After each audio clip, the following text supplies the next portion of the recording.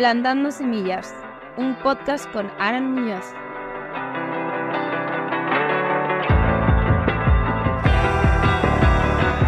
Bienvenidos a Plantando Semillas con Aran Muñoz, el podcast. Yo soy Aran Muñoz y el capítulo de hoy es uno de los 2 capítulos de esta temporada donde estaremos tú y yo soles. Por si estás aterrizando en este podcast, yo soy Aran, dietista antidieta, gorde, vegane, neurodivergente y persona no binaria.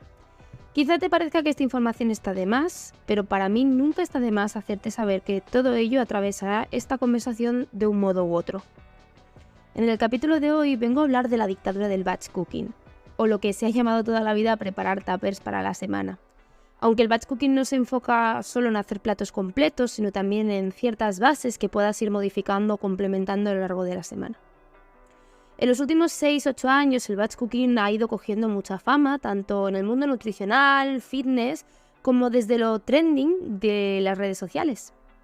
Tiene mucho sentido, ya que el origen de la necesidad de esta práctica, que por cierto no estoy criticando ni restando la utilidad que puede tener para muchos, es la de ganar tiempo. Y si algo nos falta, es tiempo. En un sistema capitalista donde somos un número para producir, el tiempo que estás cocinando no estás comprando, no estás trabajando o no estás en la segunda hora de zumba del día que te han dicho que tienes que hacer. Aunque estamos en 2023, la realidad es que la carga de las tareas del hogar, de los cuidados, en la que se incluye la alimentación y todo lo que le rodea, como la compra, sigue cayendo mayormente en la figura de las personas asociadas mujeres al nacer. Esto, claro está, en las familias o convivientes de la que esta figura existe. No sé si tú, que me estás escuchando, has sentido alguna vez que esto del batch cooking no es para ti. Quizá lo has intentado varias veces y no consigues esa adherencia que te prometen en los distintos posts o blogs o los profesionales de la nutrición a los que has acudido. Profesionales que reconozco yo me incluí hasta hace no mucho. Quizá durante una época de tu vida sí funcionó, pero ya no, porque tu vida ha cambiado mucho.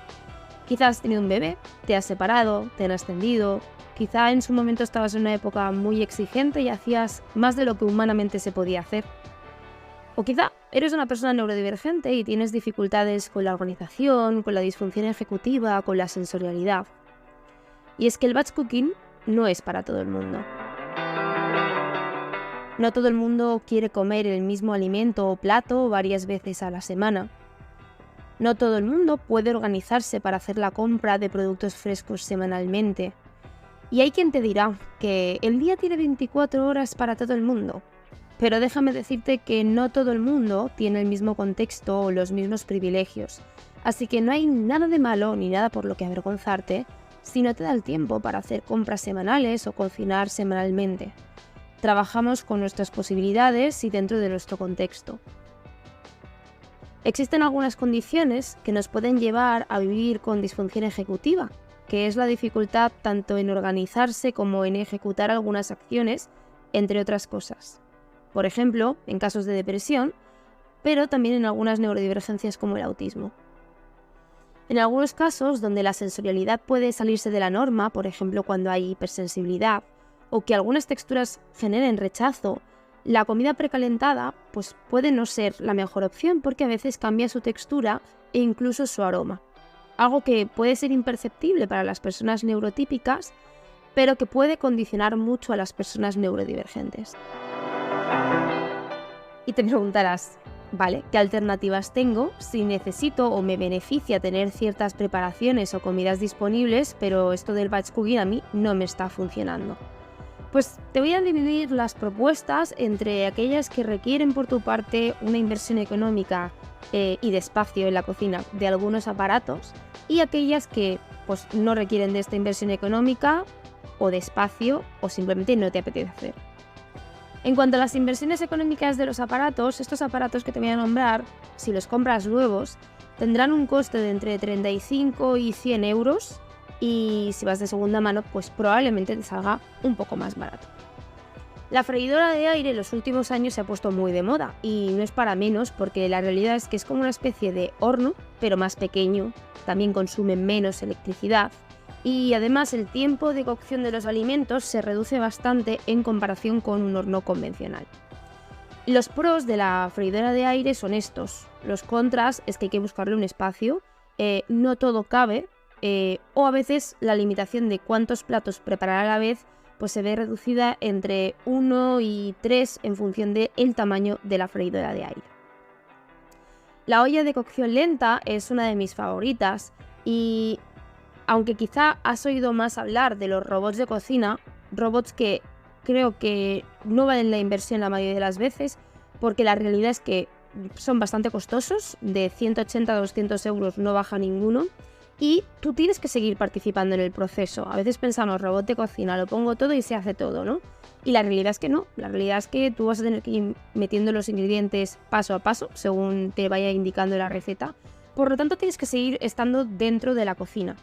Una cosa que me gusta de la olla de cocción lenta es que, si bien sí que tienes que hacer una pequeña previa elaboración de los ingredientes al principio, puedes ponerlo todo de golpe, cerrar la olla y olvidarte las siguientes 4, 6, 8 horas en función de si escoges el modo muy lento o lento y en función de qué vamos a cocinar, ¿no?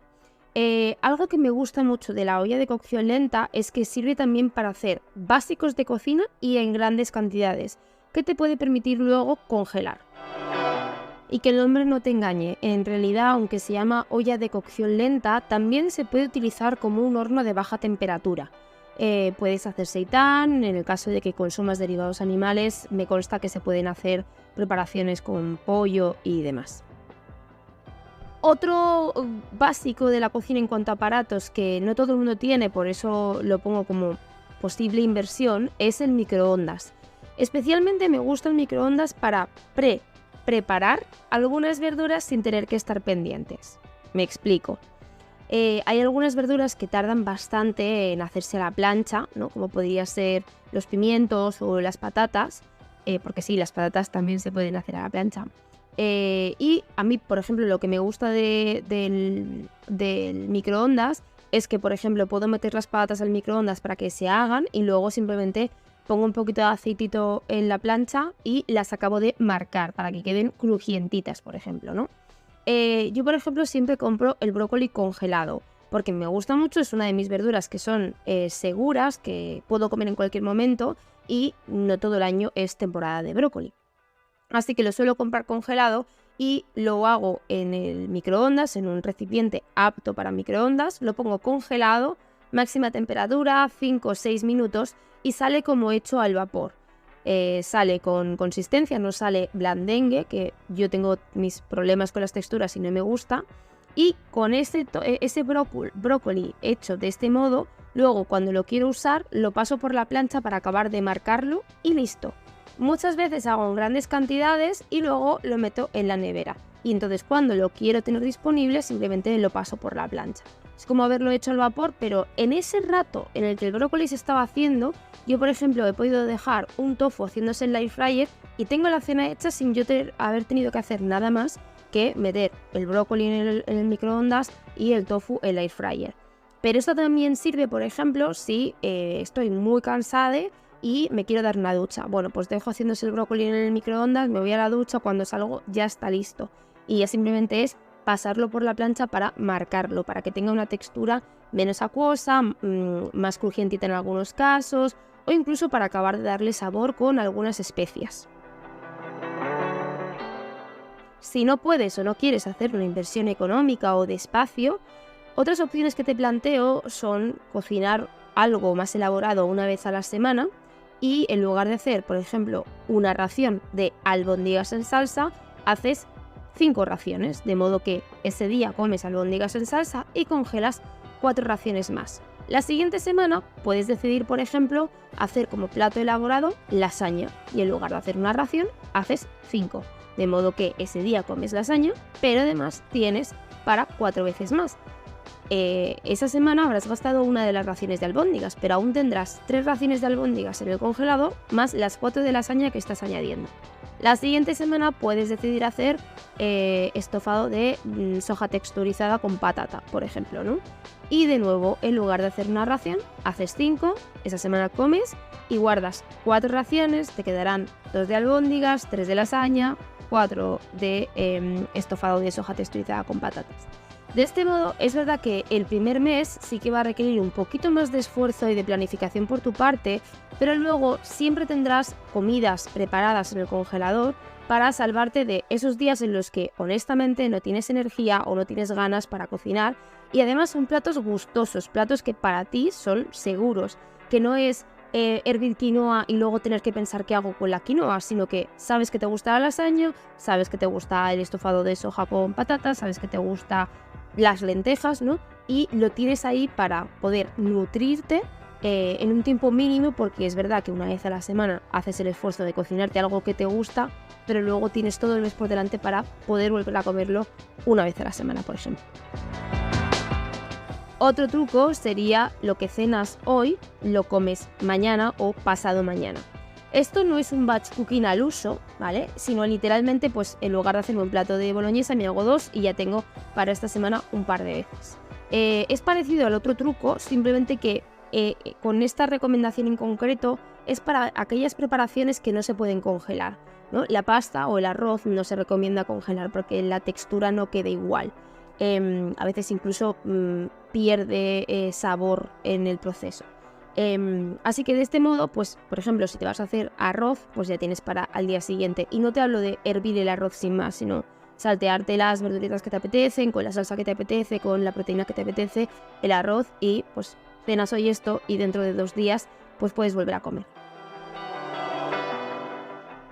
Algo que a veces parece muy obvio pero no recordamos es intentar tener una base de despensa que sea amable contigo. Pues quizás es el momento de asumir que sí habrán ciertos ultraprocesados para salir del paso, tanto en el congelador, en la nevera, como en la despensa que no necesite de refrigeración al uso, ¿no? Por ejemplo, tener ciertas lasañas o pizzas. Evidentemente no solo esto, pueden ser también latas de legumbres a la jardinera que ya vengan con las verduritas. También podemos tener verduras en conserva como pimientos asados, espárragos blancos, champiñones, que pueden hacer que platos recurrentes y sencillos que te hagas a menudo, como por ejemplo ensalada de garbanzos, pues tengan un toque distinto, ¿no? Porque si a la ensalada de garbanzos un día le pongo solo tomate y pepino, pero otro día le pongo pimientos asados y nueces, pues aunque siga siendo garbanzos, ya el sabor es distinto. Algunos productos, como el arroz al minuto, mucha gente se avergüenza porque así nos lo dicen. Hay mucho food shaming con el uso de algunas preparaciones facilitadoras en el mercado, ¿no? Pero si no cuesta nada hervir arroz, bueno, señor Manolo, no te costará a ti, que además seguramente no te lo haces tú, te lo hace tu señora, ¿no? Pero la realidad es que no todo el mundo tiene ni la disposición energética, ni de tiempo, y hemos visto también en ciertas características como la disfunción ejecutiva, y tener productos como arroz al minuto en casa puede marcar la diferencia entre comer nutritivo, saciante, quedarte en paz, a no comer durante mucho rato con los cambios del humor, del metabolismo que pueden suponer, o incluso que acabe derivando en algunas conductas como por ejemplo atracón con su posterior malestar emocional. Las especias son tus mejores amigas y algunas salsas de base también lo son. Aunque es verdad que la salsa de tomate la puedes preparar en una olla lenta y congelar, a mí personalmente me da un miedo atroz lo de conservarlas después del baño María, cosas de haber estudiado seguridad alimentaria. La realidad es que puedes tener botes de salsa de tomate compradas en tu supermercado de confianza, pero también bechamel o salsa de soja o salsas picantes que pueden hacer que el mismo plato sepa diferente cada vez. ¿Y qué pasa si siempre suelo comprar las mismas verduras? Porque no sé a ti, pero yo soy un poco de sota, caballo y rey, muy fan de alimentos seguros, y eso también se traslada muchas veces a la compra de, por ejemplo, las verduras. Yo suelo hacer la compra en el mercado del barrio los martes, así que los lunes son el día que uso para limpiar la nevera y gastar pues lo que ha quedado de la semana anterior. Mis verduras y hortalizas fijas suelen ser la zanahoria, la cebolla, el tomate, los pimientos, la patata, el pepino o el calabacín, los champiñones y cuando hay, pues puerro. Y en cuanto a congelados, lo que no falta nunca en mi despensa suele ser el brócoli, las alcachofas y los espárragos trigueros. Con estos mismos ingredientes suelo hacer cada lunes 3 platos que se repiten pero que cambian de sabor a su vez. El primero de los platos que no falta cada lunes y que es el que solemos cenar es tortilla de patatas, vegana, por supuesto. Lo que pasa es que no solamente es de patatas, también le pongo verduras. Generalmente lleva pimientos, cebolla y zanahoria. Sí, zanahoria, como lo escuchas. A veces también le pongo calabacín, berenjena y aparte de estas verduras, también le pongo diferentes sabores. A veces le pongo perejil, otras veces le pongo pimentón. A veces le pongo levadura nutricional o incluso queso vegano. Por lo que, aunque los lunes se cena tortilla en mi casa, nunca se cena la misma tortilla. Con los mismos ingredientes prácticamente también hago crema de verduras, que aquí sí que reconozco que es el básico, me lo hacía mi madre tal cual y yo la sigo haciendo. No cambio prácticamente nunca los ingredientes, salvo que por temporadas añada, por ejemplo, espinacas. A esta crema casi siempre le pongo tomate, cebolla, puerro, zanahoria, calabacín, patata, brócoli, aceite de oliva, levadura nutricional, mucha pimienta y sal. Ya está, siempre lo hago igual. Evidentemente, si te apetece innovar, pues le puedes cambiar, en lugar de zanahoria le puedes poner calabaza, pues en lugar de calabacín le puedes poner solo el brócoli, le puedes poner, bueno, lo que se te vaya ocurriendo. A mí esta es la que me gusta y no me canso, puedo comerla 3 veces a la semana durante todo el invierno y vamos, es probablemente de mis cenas favoritas. Otra de las cenas que últimamente no faltan nunca en casa es un wok con proteína vegetal.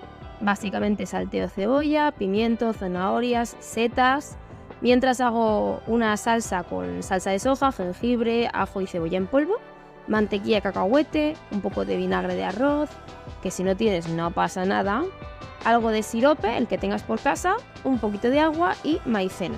Lo meto dentro de un bote, lo cierro, lo meneo y ya tengo la salsa. Cuando todo está salteado, incluida la proteína, que en mi caso suele ser tofu ahumado porque de nuevo es un alimento de seguridad, es cuando añado la salsa, remuevo todo y verás que se espesa y eso con un poquito de sésamo por encima, incluso cebolla frita, estupendo. A veces a esto también le añado arroz o pasta, incluso garbanzos. Te dejo algunas opciones más porque aquí realmente podríamos sacar infinidad. Podrías hacer las verduras con curry, puede ser con leche de coco o simplemente con un curry reducido con agua y añadirle luego garbanzos de bote y con las mismas verduras ya tenemos un sabor diferente y un plato completamente diferente.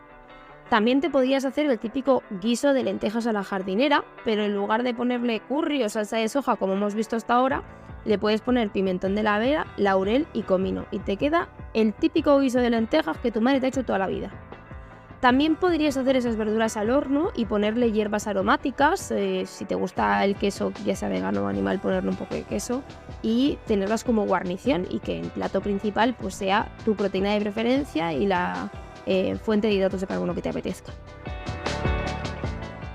Y como te decía, estoy segura de que aún podríamos sacar muchísimas más opciones juntas. Lo importante es que encuentres lo que a ti te funciona, en términos de energía, de adherencia, de tiempo, de economía. Recuerda que lo que es trendy no tiene por qué ser para ti.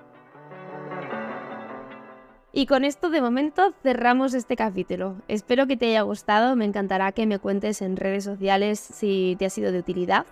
Y recuerda que si sientes que quieres contar con apoyo y acompañamiento nutricional o psicológico, en mi página web www.aranzamunoz.com podrás encontrar toda la información sobre los servicios que mi equipo y yo prestamos y podrás agendar una cita gratuita de 20 minutos para conocernos, hablar de tu caso y valorar si este es un buen momento para cuidar de ti de forma compasiva. Recuerda que si quieres estar al día del podcast, puedes seguirme en mis redes sociales @aranzamunoz.tsd y en Instagram en concreto podrás encontrar el link para suscribirte a la newsletter en la que cada domingo te aviso de que el lunes tenemos nuevo podcast. Gracias por acompañarme una semana más y te espero aquí el lunes que viene para seguir plantando semillas.